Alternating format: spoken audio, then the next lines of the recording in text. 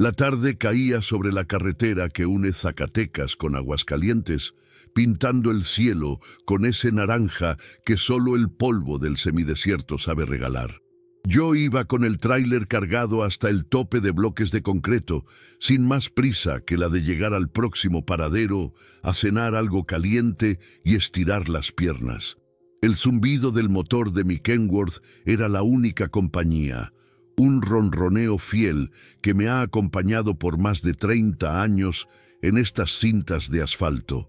El calorón del día todavía se sentía pegado en los vidrios y el olor a diésel y a tierra seca se metía por cualquier rendija, un perfume que ya es parte de mi piel. En la radio, un corrido viejo se perdía a ratos entre la estática, contándome historias que ya me sé de memoria, como me sé cada curva y cada bache de este camino. Fue entonces que la vi, a un lado del acotamiento, como una aparición en medio de la nada, una mujer haciendo la parada. Pero no era la típica estampa de la desesperación o del apuro, no señor. Estaba bien vestida, con una falda decente y una blusa limpia, sujetando una bolsa de piel con una firmeza que no era normal. Su postura era casi desafiante, la espalda recta, la barbilla en alto, como si le estuviera echando un pulso a los carros y a los tráileres que pasaban de largo, levantándole una nube de polvo que ella ni se molestaba en sacudir. No parecía tener miedo, sino una especie de paciencia resignada, una calma que me extrañó y me hizo quitar el pie del acelerador casi sin darme cuenta. Mire, compa, lo primero que a uno se le cruza por la cabeza en esta ruta es la desconfianza. Uno ha escuchado tantas historias, ha visto tantas cosas, que el corazón se le va haciendo duro como piedra de río. Piensas que es una trampa, que más adelante te están esperando para quitarte la carga y hasta la vida si te descuidas. Mi instinto, ese perro viejo que ladra siempre, me decía que siguiera de frente, que no me buscara problemas ajenos, que ya tenía suficientes con los míos. Pero había algo en su mirada, una dignidad rota que me caló hondo. No era la mirada de alguien que va a hacerte daño, sino la de alguien a quien ya se lo hicieron todo. Frené el motor poco a poco, sintiendo cómo las toneladas de la carga empujaban detrás de mí, y me orillé unos metros más adelante de donde ella estaba. El chiflido de los frenos de aire rompió el silencio del desierto. La vi por el espejo retrovisor. No corrió hacia la cabina como haría cualquiera con el sol pegándole a plomo. No, ella caminó con una calma que me puso los pelos de punta, con pasos medidos, como si estuviera caminando hacia un patíbulo en lugar de hacia un aventón. Cada paso que daba parecía pesarle una tonelada, y yo, sin saber por qué, sentí que debía esperar, que ese momento era importante, aunque no entendiera ni la mitad de lo que estaba pasando. Cuando llegó a la puerta del copiloto, me estiré para abrirle desde adentro. El calor de afuera entró de golpe, como un animal hambriento. Subió a la cabina con una agilidad que no esperaba, se sentó y cerró la puerta con cuidado, sin azotarla. Por un momento nos quedamos en silencio. Solo se oía el motor del camión regulando y el tic-tac de un reloj imaginario en mi cabeza. Olía a un perfume suave, casi imperceptible, mezclado con el polvo del camino. Su rostro, ahora que lo veía de cerca, mostraba un cansancio profundo, de esos que no se quitan con una noche de sueño, sino con una vida entera de descanso. Tenía los ojos fijos en el parabrisas, como si no me viera. Y antes de que yo pudiera decir palabra, antes de un buenas tardes o un ¿a dónde va?, hizo algo que me dejó helado. Abrió su bolsa de piel, sacó unos billetes doblados con precisión y los puso en el tablero, junto a mi botella de agua medio vacía. El gesto fue tan rápido y tan mecánico que parecía ensayado. Los billetes quedaron ahí, quietos, como una ofrenda extraña en el altar de mi cabina. No levantó la vista para ver mi reacción. Simplemente los dejó ahí, creando una barrera invisible entre nosotros, una barrera hecha de dinero que yo no había pedido y que, de repente, me hizo sentir incómodo y hasta un poco ofendido. Fue entonces cuando habló por primera vez. Su voz no era ni fuerte ni débil, era una voz plana, sin color, como gastada por el uso.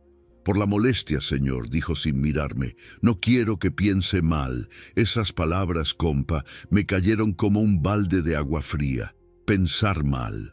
En este oficio uno aprende a pensar mal para sobrevivir.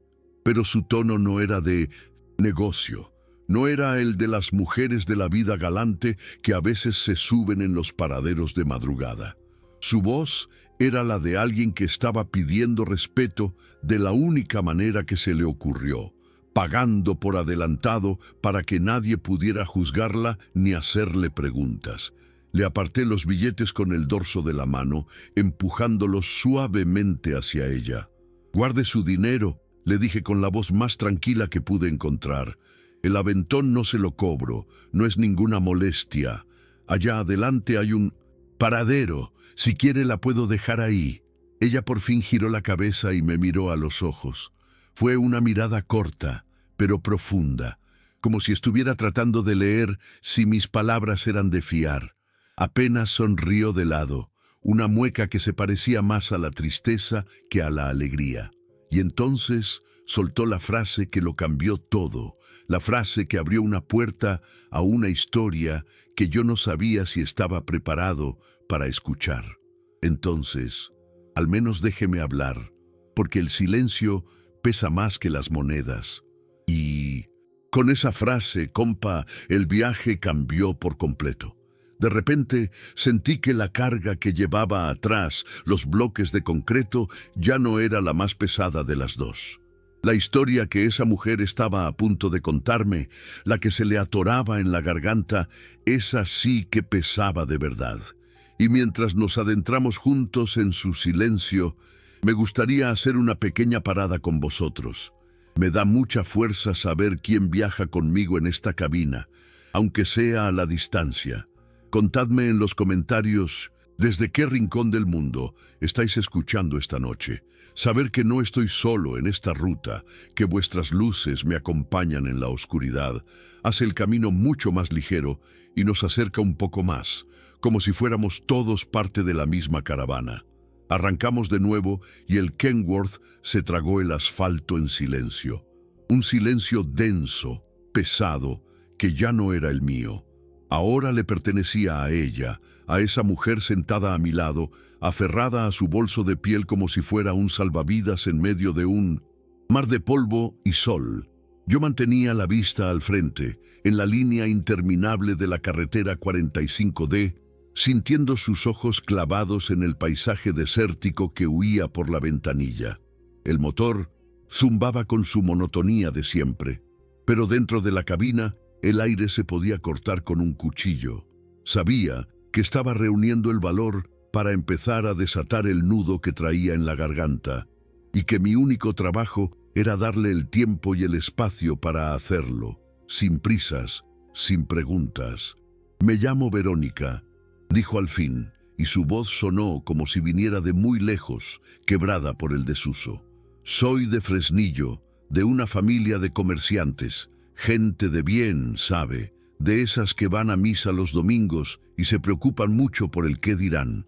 Mientras lo decía, una sombra de amargura le cruzó el rostro, una mueca casi imperceptible que delató que esas palabras ya no significaban lo mismo para ella. Se calló un momento, como si midiera el peso de su propia historia, y yo solo asentí levemente con la cabeza, sin apartar los ojos del camino, dándole a entender que la escuchaba, que ese espacio en mi camión era suyo. «Hace un año que ya no la tengo», continuó, y supe al instante que no hablaba de algo material. La voz se le hizo un hilo. «Mi hija. Se llamaba Sofía. Tenía 6 años. No me dejó tiempo a reaccionar. Las palabras le salían atropelladas, como si temiera que el silencio volviera y se las tragara. La enterramos con prisa, sin una despedida como Dios manda. Todo se arregló con dinero, con Influencias, como si el dolor se pudiera pagar con billetes para que no manche el buen nombre de la familia. La forma en que dijo la palabra familia me heló la sangre. Estaba llena de un rencor frío, de una herida que seguía abierta y sangrando. De su bolso, con un cuidado casi religioso, sacó una pequeña cartera de cuero. La abrió y extrajo una fotografía, ya gastada por los bordes, con las esquinas dobladas de tanto mirarla. Me la tendió sin decir nada. Era una niña preciosa, con 2 trenzas negras y una sonrisa a la que le faltaba un diente, vestida con el uniforme de la escuela. La luz del atardecer que entraba por el parabrisas le daba a la imagen un brillo dorado, casi sagrado. La sostuve un instante entre mis dedos, sintiendo el calor del plástico, el peso de ese único recuerdo que había sobrevivido a la purga de la memoria que su propia gente había impuesto. Esa foto, «La cuida usted como si fuera de oro, ¿verdad?», le pregunté con la voz más suave que encontré. Ella retiró la foto de mis manos con la misma delicadeza con la que me la había ofrecido y la apretó contra su pecho. «Es lo único que no me quitaron», respondió, y su mirada se perdió de nuevo en la carretera. La familia regalaron todo, sus juguetes, su ropa, sus dibujos pegados en la nevera, todo en cajas, fuera de la casa para no tener más tristeza a la vista, como si el dolor fuera un mueble viejo que se puede tirar a la basura para hacer sitio a algo nuevo. Pero el dolor no está en las cosas, señor, está aquí. Y se tocó el pecho con la punta de los dedos, justo encima del corazón. Su gesto fue tan hondo y tan sincero que sentí una punzada, y si no se habla, te ahoga por dentro. Te come el alma poco a poco hasta que no queda nada de ti, solo una cáscara vacía que sigue respirando por pura costumbre. Comprendí entonces que ella no huía de nadie, no al menos de alguien de carne y hueso. Huía de ese silencio impuesto, de esa orden de olvidar que era, en sí misma, una forma de violencia mucho más cruel que cualquier golpe. Seguimos avanzando, dejando atrás los letreros que anunciaban ranchos y pequeñas comunidades perdidas en la inmensidad. El calor apretaba, pegándome la camisa a la espalda, y el olor a goma quemada de los neumáticos se colaba en la cabina. A lo lejos, una camioneta negra nos venía siguiendo desde hacía un rato, manteniendo siempre la misma distancia. No le di importancia al principio. En estas rutas, a veces coincides con otros vehículos durante kilómetros, pero algo en su forma de mantenerse ahí, sin adelantar ni quedarse atrás, me puso en alerta. Verónica no pareció notarlo, seguía absorta en su propio mundo de recuerdos. Justo al pasar una tiendita de esas de lámina, con un anuncio de refrescos descolorido por el sol, me hizo un gesto con la mano. ¿Podríamos parar un momento? Por favor. Su voz sonaba a súplica. No lo dudé. Accioné los intermitentes y fui deteniendo la mole de acero y hormigón en el acotamiento de tierra, levantando una nube de polvo rojizo que lo cubrió todo por un instante. La camioneta negra que nos seguía pasó a nuestro lado despacio, muy despacio, y pude ver de reojo que el conductor nos miraba fijamente antes de acelerar y perderse en la siguiente curva. Verónica se bajó con agilidad. El calor del exterior la golpeó como un muro invisible. La vi caminar hacia la tienda, su figura recortada contra el sol que ya empezaba a caer. Yo me quedé en la cabina, con el motor en marcha, observándola por el retrovisor. Mi instinto de trailero, ese perro viejo que pocas veces se equivoca, me decía que algo no encajaba. La camioneta, la parada repentina, ¿y si no solo huía de un recuerdo? ¿Y si alguien la estaba buscando de verdad? La duda se me instaló en el estómago, fría y pesada como una piedra. Regresó a los pocos minutos. Abrió la puerta y el aire caliente volvió a invadirlo todo. Traía en la mano una botella de agua y 2 dulces, de esos de anís, envueltos en un papel celofán que brillaba con la luz. Se sentó, cerró la puerta y, en lugar de beber el agua o comerse los dulces, hizo algo que me dejó sin palabras. Con un cuidado infinito, como si estuviera colocando dos joyas en un altar, puso los dos dulces en el tablero, justo al lado de la foto de su hija, que había dejado apoyada contra el velocímetro. Se quedaron ahí, los dos dulces blancos, como una ofrenda silenciosa. La miré, esperando una explicación, pero ella solo tenía ojos para esa pequeña escena que había montado. Su rostro se había suavizado y por primera vez desde que subió al camión, una lágrima solitaria le resbaló por la mejilla. No lloraba de tristeza, era otra cosa. Era un llanto sereno, casi de alivio. El sol del atardecer entraba de lleno por el cristal, iluminando los dulces, la foto y esa lágrima que brillaba como un diamante antes de perderse en la comisura de sus labios.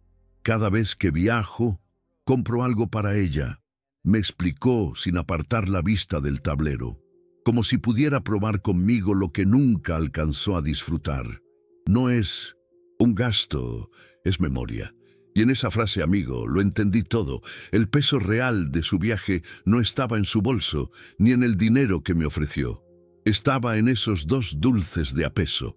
Verónica no quería pagarme con billetes, quería robarme un poco de tiempo, un poco de silencio, para llenarlo con la presencia de su hija, para hacer que un recuerdo se sintiera vivo, aunque fuera por unos kilómetros, en la cabina de un desconocido. El nudo que se me había formado en la garganta amenazaba con ahogarme. Miré sus manos, temblando ligeramente sobre su regazo.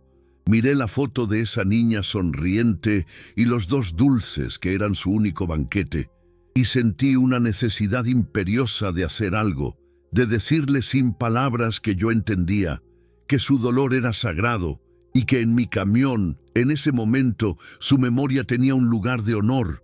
No podía cambiar su pasado, no podía devolverle a su hija, pero podía darle algo que su propia familia le había negado, el derecho a recordar. Sin pensarlo dos veces, estiré la mano hacia el portavasos, donde siempre tengo una pluma y un fajo de notas de carga. Saqué una, le di la vuelta por el lado que estaba en blanco, y con la letra temblorosa de un hombre que no está acostumbrado a estas cosas, escribí una sola línea. Se la pasé sin decir nada. Ella tomó el papelito con extrañeza, frunciendo el ceño. Lo leyó, y sus ojos se abrieron de par en par. Luego me miró a mí, y vi en su mirada una gratitud tan inmensa, tan profunda, que me desarmó por completo. En el papel solo había 5 palabras, pero en ese momento lo eran todo. Decía: «Aquí viajó también tu hija». Verónica apretó la nota contra su pecho, junto a la foto, y entonces, sí, se derrumbó. Lloró en silencio, con el cuerpo sacudido por sollozos que no hacían ruido, unas lágrimas que no eran de dolor, sino de sanación. Eran las lágrimas de una madre a la que por fin alguien le había permitido ser madre otra vez, aunque solo fuera a través de un ritual improvisado en el tablero de un viejo camión, en medio de la nada. Metí primera y el camión se incorporó de nuevo a la carretera. El sol se hundía en el horizonte, pintando el cielo de un naranja violento, casi doloroso.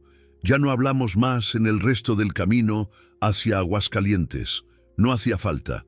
El silencio que nos envolvía ahora era diferente. Era un silencio cómplice, un silencio lleno de respeto, donde una niña de 6 años viajaba con nosotros, sentada entre los dos, comiéndose sus dulces de anís.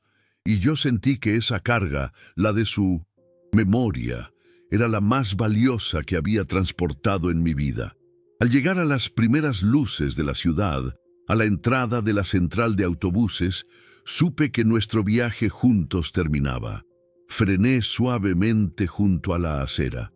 Ella guardó la foto y mi nota en su cartera con un cuidado reverencial. Antes de abrir la puerta, se giró hacia mí. Ya no quedaba rastro de la mujer desafiante que había recogido en la carretera. Ahora veía a una persona que había encontrado un pequeño oasis de paz en su desierto particular. «Gracias, señor», me dijo, y su voz, por primera vez, sonaba entera, firme. Usted no me cobró, y sin embargo me dio lo más caro, un lugar donde mi hija volvió a existir. Abrió la puerta y se bajó con esa misma calma con la que había subido, pero ahora su espalda parecía menos cargada. La vi caminar hacia la entrada de la terminal, una silueta solitaria que se fundía con las luces y el movimiento de la gente. Y justo cuando iba a arrancar, la vi. La camioneta negra estaba aparcada al otro lado de la calle con las luces apagadas. Y en cuanto Verónica entró en el edificio, el motor de la camioneta se encendió. Me quedé helado, con la mano en la palanca de cambios. Mi primer impulso fue tocar la bocina, gritarle, advertirle. ¿Pero de qué? No sabía quiénes eran ni qué querían. Solo sabía que la historia de Verónica no había terminado en mi camión. Apenas estaba empezando. Y mientras la camioneta se ponía en marcha lentamente, siguiendo la dirección que ella había tomado, una pregunta se me clavó en la mente, una pregunta que me acompañaría durante muchos kilómetros. ¿Era su familia la que la buscaba para imponerle el silencio? ¿O era alguien más? Alguien de quien de verdad tenía que huir. Aquella pregunta se me quedó flotando en la cabina, fría y pesada, mientras la camioneta negra se incorporaba al tráfico con una lentitud de depredador. Mis manos se apretaron sobre el volante, los nudillos blancos. Por un segundo, el instinto me gritó que arrancara, que me perdiera en las calles de Aguascalientes y dejara ese problema atrás, que no era mío. Pero entonces miré el tablero. La foto de la niña sonriente, los 2 dulces de anís a su lado, mi nota arrugada. No, compa, ese problema ya era un poco mío también. La había escuchado, le había dado un lugar a su hija en mi camión. No podía simplemente echarla a los lobos en la puerta de la terminal. Pisé el acelerador, pero en lugar de seguir de frente, di un volantazo y me metí en una calle lateral, alejándome de la central. Verónica se sobresaltó agarrándose del tablero. Sus ojos enormes me miraban por el rabillo, llenos de una pregunta que no se atrevía a hacer. Por el retrovisor, vi que la camioneta negra dudó un instante y luego giró también, siguiéndonos. Ya no había duda, no era una coincidencia. El perro viejo de mi instinto estaba ladrando con todas sus fuerzas, y esta vez no era por desconfianza, sino por una certeza helada. La estaban cazando, y yo, sin quererlo, me había metido en medio de la cacería. No le dije nada. Solo seguí manejando por las calles menos transitadas, buscando una salida, un resquicio. El silencio en la cabina era ahora el de 2 animales acorralados.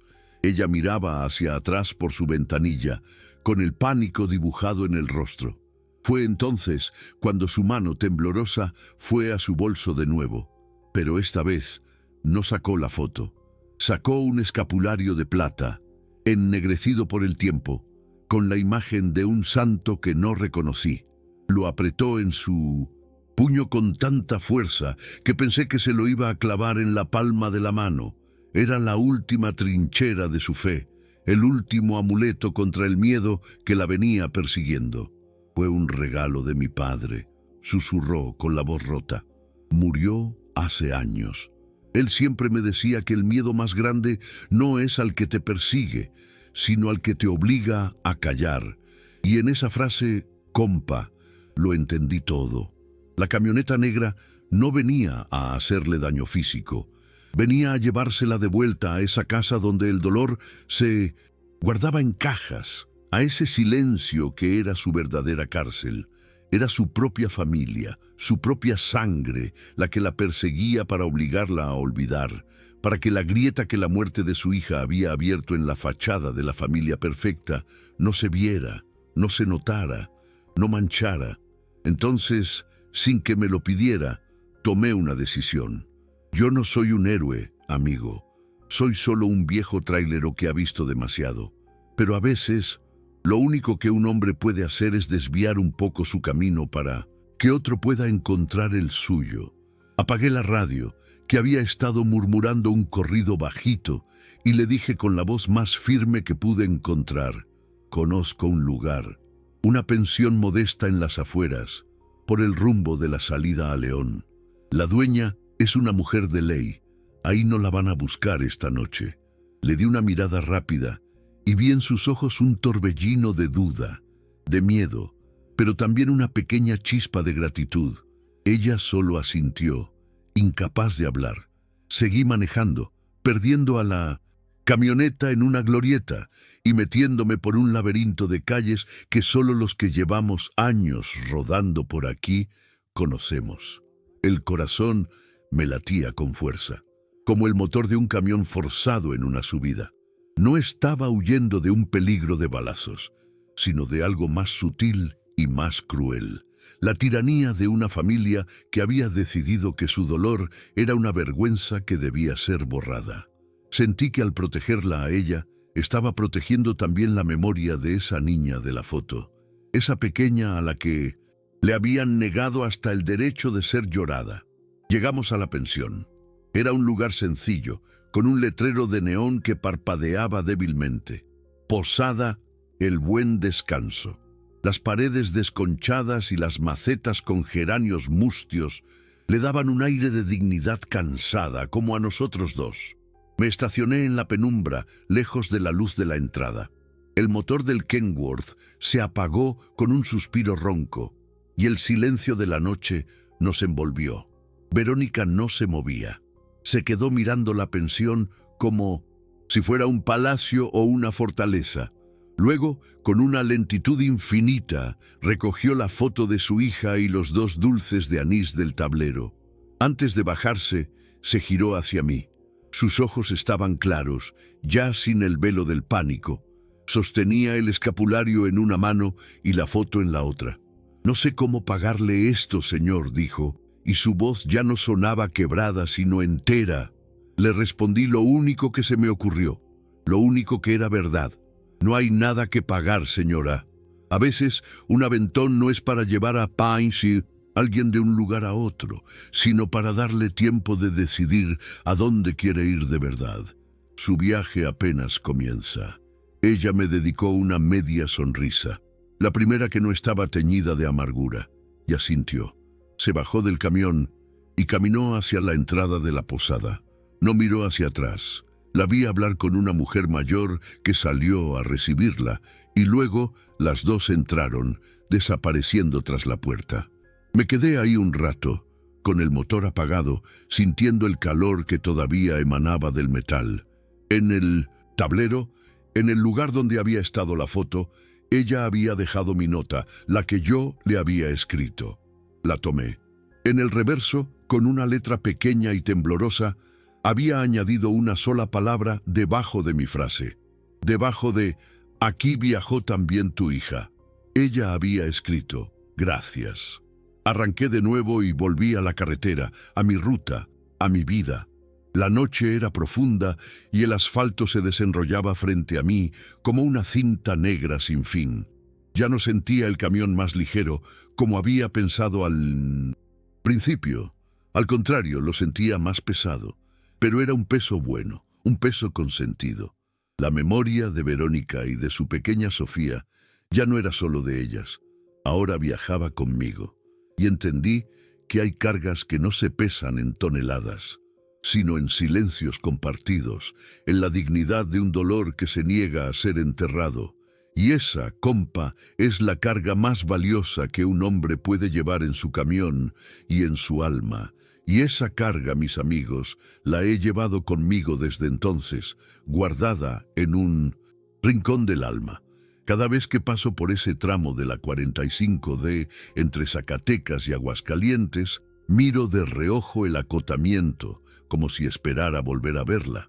Y en el tablero, a veces me parece ver el brillo de 2 dulces de anís y el reflejo de una sonrisa a la que le faltaba un diente.